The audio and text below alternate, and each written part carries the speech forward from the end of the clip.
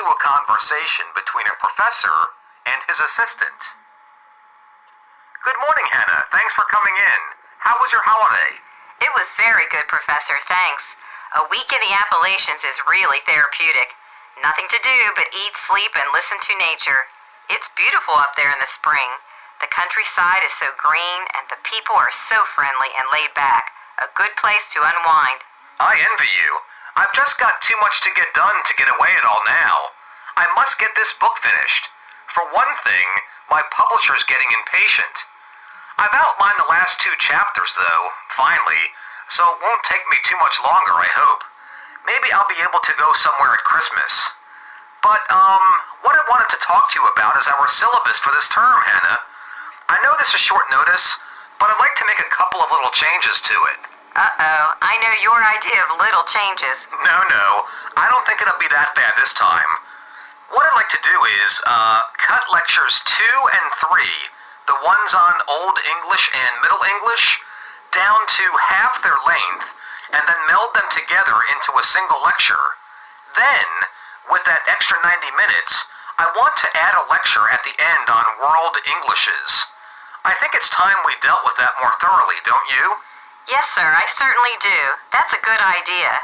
So I guess I just need to cut down the quizzes to match and add a new one for World Englishes. Do you know when I'll be able to see your revised OE and ME notes? I've already done a good bit of that revision, Hannah, and I think I'll have them ready for you before Lecture 1. That's April 8th, I think. Yes, Tuesday the 8th. I've taken the segments on pronunciation out. I think we can lose those easily enough. Nobody really needs to recite Beowulf or the Canterbury Tales anymore, no matter how much fun it is. And that means you probably won't be discussing orthography much either. I suppose not. I just want to be sure to point out clearly the main ways in which modern English has developed from its predecessors. You know, the great vowel shift and so forth. Saving 90 minutes is not going to commit Old and Middle English to total oblivion, after all. Not if you can help it, certainly. So I can't eliminate the phonetics quiz completely then? Yes, I think so.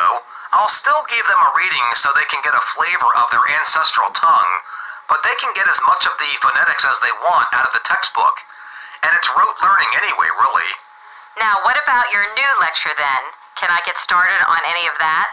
Yes, that's where I could really use your help in the next couple of weeks.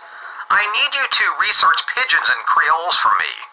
I've never paid enough attention to them, and I'd like an idea of the number there are, their distribution, and, what linguists are saying about them these days.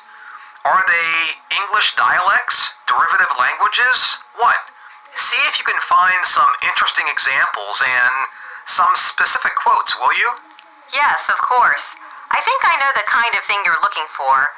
I'll take a look for internet sources this afternoon and then see what the library has later. Thank you, Hannah. I'd appreciate that. And while you're there, would you see if they've got a copy of Burnley's source book on the history of English? I can't seem to find mine.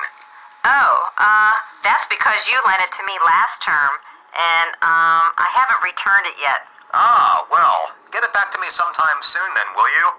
I need to refer to it for my revisions. Yes, sir, of course. Anything else on the syllabus? Just that we'll need the student handout revised to reflect the changes. Who was in charge of that last time? The department secretary has the file. I'll draft a revision, let you check it, and then give it to her, shall I? Shouldn't take long, and we just need to get photocopies before the first class. All right, I'll leave that in your hands too then, Hannah. Just let me know if you need anything.